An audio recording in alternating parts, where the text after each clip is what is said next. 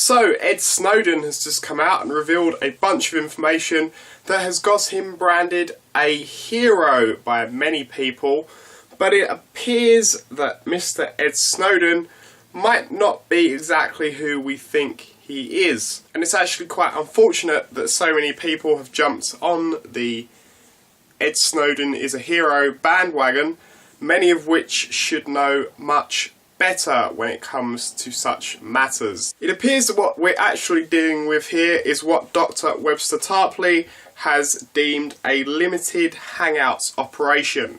The operations of secret intelligence agencies aiming at the manipulation of public opinion generally involve a combination of cynical deception with the pathetic gullibility of the targeted populations. There is ample reason to believe that the case of Edward Joseph Snowden fits into this pattern. We are likely dealing here with a limited hangout operation, in which carefully selected and falsified documents and other materials are deliberately revealed by an insider who pretends to be a fugitive rebelling against the excesses of some oppressor or dangerous government agency. So there are three key points that Tarpley points to that you need to look for when trying to identify a limited hangout operation. Now, these are the fact that there will be very select and in some cases doctored and altered documents that are revealed. Secondly, that there will be a whistleblower figure such as Julian Assange, Ed Snowden, and thirdly, that figure will become an instant media celebrity. So let's take a look at these limited hangout operation identifiers a little bit more closely. So let's take a look at the first identifier, that there will be very select and doctored documents that really don't tell us anything new.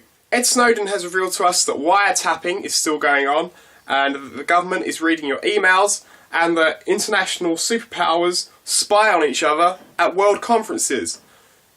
Wow! Ed, you must be a hero. Congratulations. That's so much new information that we didn't know, because we haven't known for the past at least 10 years that the government has been reading our emails and wiretapping people, and that for decades into the past that world governments have been spying on one another. I mean, we just didn't know that until Ed Snowden's told us, so thank you so much. So we can go ahead and tick identifier number 1 for Ed Snowden.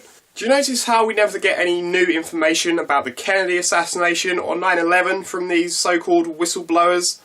You know, the two biggest covert operations of our time, and probably in world history. They just have nothing to say about them. And in some cases, actually, you know, totally are against looking down those avenues. But we'll come back to that later. And in regards to point 1 for WikiLeaks, no British, Israeli or US official has ever been destroyed or damaged by WikiLeaks. Why is this? When they do seem capable of revealing damaging information about the West's enemies, such as Assad. Assad's mystery woman who loves him is getting PhD from top UK university thanks to Syrian despot's sponsorship, leaked emails reveal. 800 affectionate emails between pair revealed by WikiLeaks. Oh, thank you WikiLeaks for revealing the very select, limited documents that, you know, only attack that very limited specific target, which also happens to be the target of Western governments right now. So points number 2 and 3 kind of merge together, that there will be a whistleblower figure and they will become an instant media celebrity. Let's go to an article by Naomi Wolf. My creeping concern that the NSA leaker Edward Snowden is not who he purports to be. She is concerned about the way Snowden conveys his message. He is not struggling for words or thinking hard, even as bright, articulate whistleblowers under stress will do. Rather, he appears to be transmitting whole paragraphs smoothly, without stumbling. To me, this reads as someone who has learned his talking points. She also talks about the things that Snowden says. He keeps saying things like, if you are a journalist and they think you are the transmission point of this info, they will certainly kill you. Or, I fully expect to be prosecuted under the Espionage Act. He also keeps stressing that he will lose his $200,000 salary, his girlfriend, his house in Hawaii. These are the kind of messages that the police state would like journalists to take away.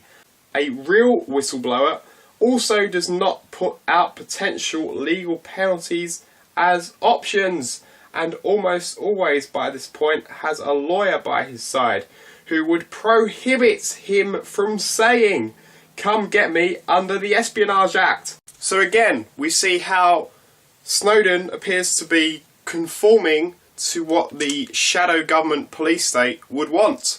And while we're here, let's talk about Julian Assange being on the cover of Time magazine. How come we've never had any alternative 9/11 investigators on the cover of Time magazine? How come Professor Stephen E. Jones, who investigated the potential of thermite being in the rubble of the towers, how come he's never been on the cover of Time magazine? Well, this is pretty simple to understand. When you have information that the establishment doesn't want out, you are not the subject of 24-hour media coverage, and you are not placed on the front pages of magazines and newspapers around the world. So what do these great heroes and whistleblowers actually have to say about 9/11? You know, it's been kind of a big issue for a while now. There have been plenty of books written on it, such as this one, where they've documented hundreds of pages of information and problems with the official story. What is the opinion of the new whistleblower heroes on 9/11? Let's start out by asking Julian Assange, and this article in the Belfast Telegraph. His obsession with secrecy, both in others and maintaining his own, lends him the air of a conspiracy theorist. Is he one? I believe in facts about conspiracies, he says, choosing his words slowly. Anytime people with power plan in secret, they are conducting a conspiracy. So there are conspiracies everywhere. There are also crazed conspiracy theories. It's important not to confuse these two. Generally, when there's enough facts about a conspiracy, we simply call this news. What about 9/11? Assange answers, "I'm constantly annoyed that people are distracted by false conspiracies such as 9/11, when all around we provide evidence of real conspiracies for war or mass financial fraud."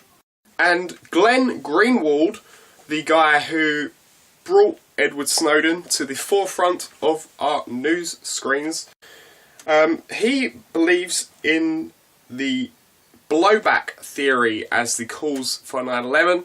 He has no time for the thousands of hours of work that people have done tearing apart the official story. You know, doesn't matter, it was blowback, according to Glenn Greenwald. So this is just brilliant, isn't it?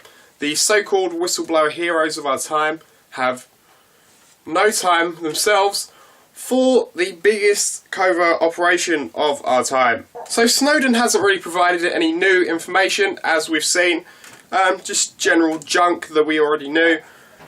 So what exactly is the point of this new whistleblower, so-called whistleblower, coming out now? The first reports of Ed Snowden from Glenn Greenwald happened to come out on the same day that Qusair in Syria fell to Assad, in a decisive victory where the terrorist scum rebels were crushed and annihilated by Assad and Hezbollah. Now remember, this scandal is of British origin. It is from the London Guardian. And who have been wanting war in Syria for the longest time now? Britain and France. This scandal is a direct attack on Obama, who has not been willing to schedule a full-on attack. This whole Snowden NSA scandal has been an attempt to push Obama into a weakened position, which he is now in, as we've got reports of opinion polls dropping sharply since these revelations have come out. And this is in order to make him comply with the wishes of the establishment, shadow government, call it what you will, because they are essentially going to be the only people that can keep him in power. If he continues to decline in the polls, he will become impeachment bait. After WikiLeaks attacking Assad and these new revelations coming from a new whistleblower, which also seems to push for an attack on Syria, it's quite clear that their origin cannot be trusted. Everybody needs to think really hard, especially people that should know a lot better, before branding somebody a hero. We need to look at the context, which we can see here is very important, because if this scandal is continued to be pushed in this current context, we're going to be looking at another war. Don't take this as support for Obama's overall policy direction, because that's definitely not what this is, but he hasn't taken us to war in Syria yet. Romney definitely would have. Obama is looking out for himself and his image and trying to maintain a future. He might be said to be looking to maintain his Peace Prize winner image, you know, because he can't be seen as starting wars. Look to Libya, for example. Kinetic military action. The word war was never used. So the quicker that everybody can shine a light on Snowden and what he really represents, which is the establishment's will, the quicker we can remove some of the pressure from Obama, and that will, in due course, hopefully bring us back from the brink of war, which we are now currently sitting on. In the description box there'll be a link to around a 45-minute radio show that Webster Tarpley did, detailing this entire situation and linking it to other examples of limited hangout operations and how exactly they work. Please take the time to listen to it, because this is extremely important. We cannot allow ourselves to be duped and tricked into jumping on the latest bandwagon hero. Thank you guys for watching this video. Please subscribe and hit like. You can follow me on Twitter, which is a link for below, where I cover issues like this every day of the week. Also, please share this video wherever you can. Send it out on your Twitter, your Facebook. Let everybody know that this guy is a fraud. For my subscribers, sorry it's been a while, but I have been studying constantly for the past month or so, and I just have not had the time to do videos. But expect them back now. Thanks again for watching, and I'll talk to you guys real soon.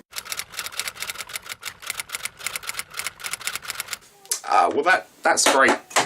Oh my god.